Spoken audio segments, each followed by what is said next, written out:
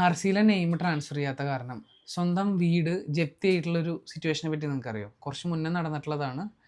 സ്വന്തം മകൻ മരിച്ചപ്പോൾ ആ മകൻ യൂസ് ചെയ്തിരുന്ന ഒരു ബൈക്ക് ഉണ്ടായിരുന്നു. അപ്പോൾ അത് അച്ഛനും അമ്മയും വേറൊരാൾക്ക് വിറ്റു. കാരണം ഓഫ് കോഴ്സ് മകനില്ല. അപ്പം പിന്നെ അത് വിറ്റു.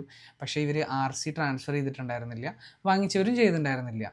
കുറച്ച് നാൾ കഴിഞ്ഞപ്പോൾ ഈ വണ്ടി ഇൻഷുറൻസ് ഇല്ലാണ്ട് ഒരു സ്ഥലത്ത് പോയി ആക്സിഡൻ്റ് ആവുകയും ഒരാൾ മരിക്കുകയും ചെയ്തു. അപ്പോൾ അവർക്കുള്ള കോമ്പൻസേഷൻ കൊടുക്കേണ്ട ഒരു വിധി വന്നപ്പോൾ അവിടെ ഇൻഷുറൻസ് ഇല്ലാത്തതിനും ഇൻഷുറൻസ് കമ്പനി അവിടെ ഇല്ലല്ലോ.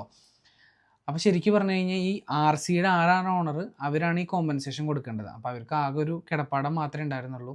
അവസാനം കേസായി കാര്യങ്ങളായി വിധി വന്ന സമയത്ത് ഇവരുടെ വീട് ജപ്തി ചെയ്തിട്ട് ആ കോമ്പൻസേഷൻ കൊടുക്കാനുള്ള കോടതി വിധി വന്നു. അത്രയും സീരിയസ് ആണ് നമ്മുടെ RC ട്രാൻസ്ഫർ എന്ന് പറയുന്ന ഒരു കാര്യം. അപ്പം നിങ്ങളായാലും പ്രോപ്പർ ഇൻഷുറൻസ് അടച്ചു, അറ്റ്ലീസ്റ്റ് നിങ്ങൾക്ക് ഫുൾ കവർ അടയ്ക്കാൻ പറ്റില്ല വെച്ചാൽ തേർഡ് പാർട്ടിയെങ്കിലും അടയ്ക്കുക. അതുപോലെ വണ്ടി വിൽക്കുന്ന സമയത്ത് RC ട്രാൻസ്ഫർ ഉറപ്പ് വരുത്തുക. പിന്നെ ലൈസൻസ് ഇല്ലാത്തവർക്ക് വണ്ടി കൊടുക്കാതിരിക്കുക. ഇത്രയും കാര്യങ്ങൾ എന്തായാലും ശ്രദ്ധിക്കുക. അത്രയേ ഉള്ളൂ.